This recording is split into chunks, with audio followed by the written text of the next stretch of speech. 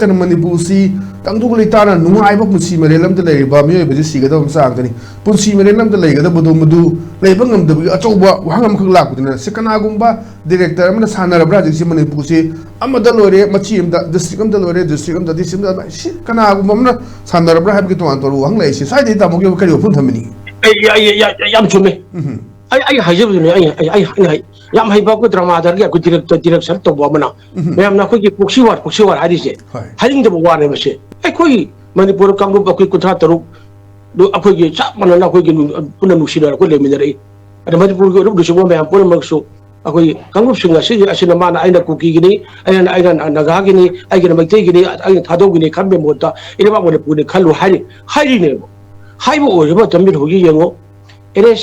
am highly Parasaka, which get Santigari Sadra, cooking something in the lady of Amani. I see Macamo cookie or Cookie Moya, Kukulai by Bakoy Kumam, say a suspension or operation, Su, Sadana, a lady. But she can't be only cookie, cry by Mukoy, I do later. She lady never. I don't cookie, cry by Bobby and Punamak, my ground rule may am do. Look at Bapu Hanapana, Salibra, hybrid Jokera. She, Manipulaga, a quick Butrapata, Moyam, a home tone, Torium, Shira, a she gentleman de. I don't know, Moji came the game, Moji out of the Kulai, Putwakana, me parted with Togani, no make company, she nagani. Would you wish no make up the river? And again, be handed about Tonga, my time, Shoo, the successful operation, Shoo the river, cookie, by missing a city, not in the hiring. I don't miss a very to come here. She comes like a Nakarigino, when no way come about what she told Hikarigino. You know, I had to hijack it. Because here, quick, Manipur, whatever quick, whether minister, I don't know what's minister, why Kamsan, I mean Panjare, or whatever, Yam, Maribag money. The salesman of more sincerity, honesty, and a job of the labor, and a hiding. And man is hiding, man, I'm so like I'm calling by a hiding. Can you know? I could with the who you can walk on the trainer. But the Prime Minister, not in the modern Kari Higre or Palamenda. Manipurigi, a good Saktam Kailo, Shepet administration, I'm to lay hello, having high rate. I don't know what the Bachi, water right now. Can you walk him to okay? Hidamadi, Harrow, man, hiding. Sepi mission aku pergi Manipur Cairo, sih kali hari pun toge ya hari itu. Atu hari kada Manipur ke pemerintah kahil loy, hari fira loy re. Aduga apun barat mau oi bambatam da, takut bamda awang nupol bamdam si yang dragadi, suya ya loy hari besi hari na hari re na mo tuk ceri mo. Atu oi dragadi sepi mission le loy Manipur pemerintah kahil hari kada kari kita mungkin apa sih? Wan era tu mission tahu terai nak kuki gilam ni. Aduh kaki lam sang payaroi, aduh tahu bujum payaroi. Hajan nomi kamna dana. Sidemi handa dana degi like senior kari gino. Aduh orang kita kari gino, barat ke Prime Minister lakta kari gino, why? Malah kini, junior home lakta apa ni? Yang apa ni? Mari pakai lam nambai sawa bagi aku je citizen. Vote pilih ba, citizen system.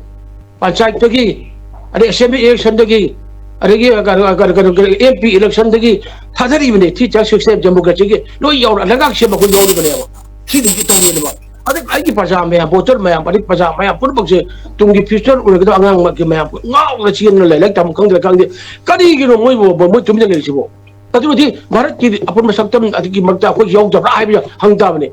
अदु की मन में ख्वारी लुदी उजाजे आवा no पोक को की सिंग अच्छी का करा के लोंदरी aku international boundary ba aku uri bisira Myanmar Bangladesh ati lonari ba adu Bangladesh Myanmar ke dori huje ikinik bu lan thoktra no lan lei de ba Myanmar thoi ba ko ge resource Myanmar journalism ati ma ju lebak prithibi lebak Myanmar na miyang sangna adu longna bu hodana adu longna hodana to bulai ba ni na ba adu Manipur ga Myanmar ga loda ba chigi border pension khabi re border fencing khabam kadi matamda finance gi obe survey togudamni demarcation togudamni asing madura ko gi border fencing je fadana khabi ragana asone illegal immigrant sing mayam ama drug trafficker mayam ama ari khulai la lonu mayam ama sangai ba mayam sina ko changom oire ba tasek na basi sangal laga na Manipur kangkung sahil laga oye haiba malai no mal haire khwadigi hangya wadi border security force na hanang Manipur ngi yarang nga kanda Aleva ani ki oila koi finance ul survey tong de bida fencing khare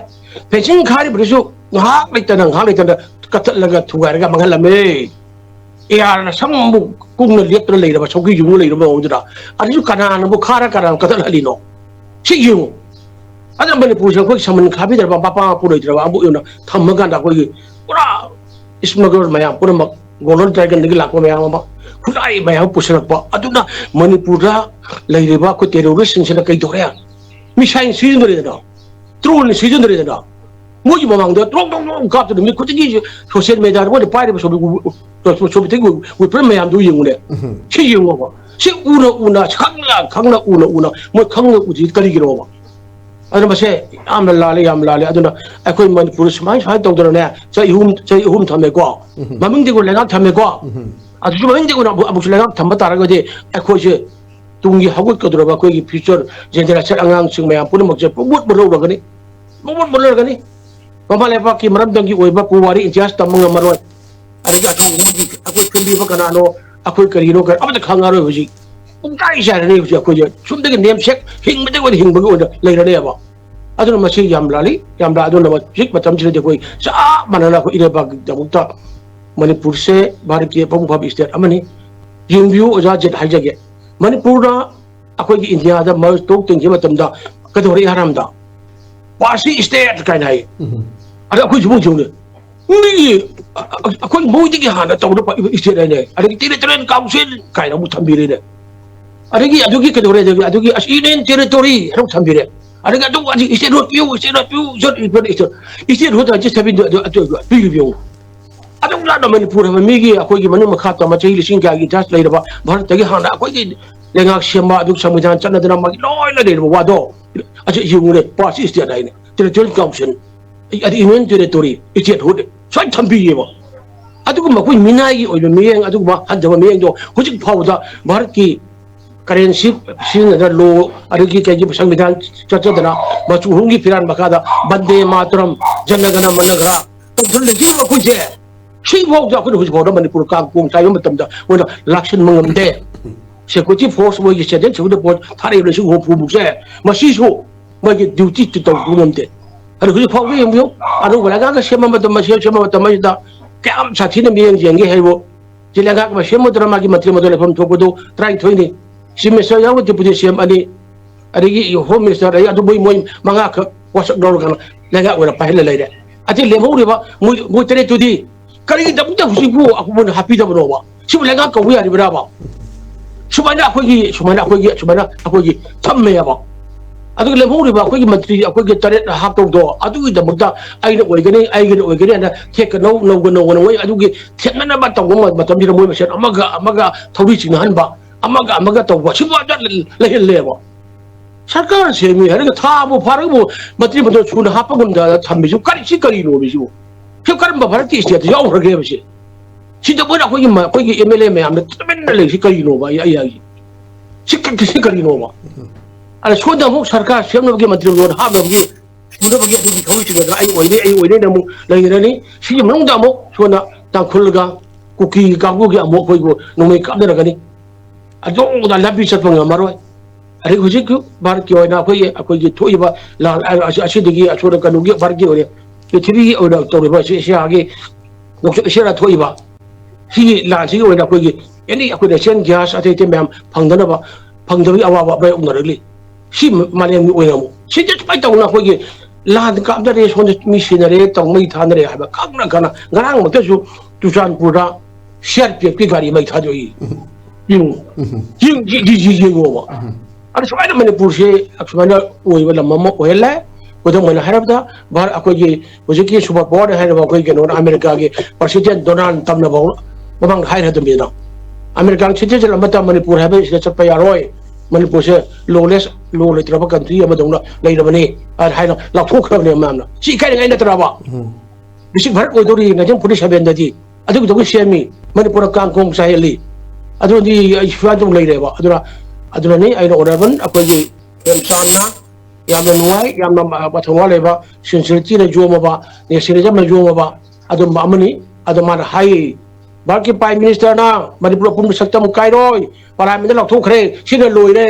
kadi wan ngai leiri kuba khu re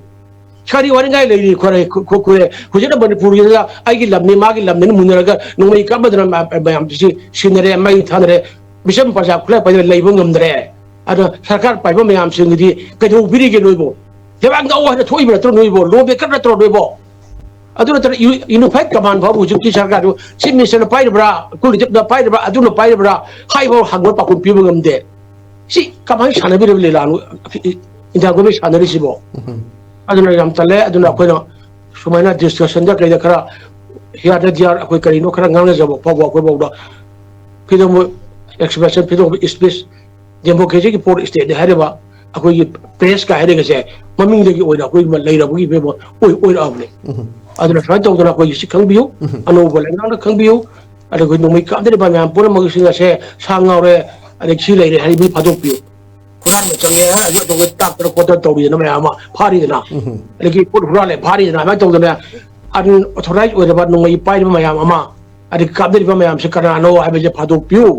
ꯂꯩꯉꯥꯛ ꯂꯩꯔꯤ ꯁꯥꯁꯟ ꯂꯩꯔꯤ ꯂꯩꯕꯥꯛ ꯑꯁꯦ rule of ꯂꯣ ꯆꯠꯄ ꯂꯩꯕꯥꯛꯅꯤ ꯍꯥꯏꯕꯁꯤ ꯎꯠꯄꯤꯌꯣꯕ ꯑꯗꯨ ꯅꯠꯇ꯭ꯔꯒꯗꯤ ꯁꯨꯡꯌꯥ ꯌꯥꯔꯣꯏ ꯍꯥꯏꯕꯁꯦ ꯑꯩ ꯊꯝꯖꯒꯦ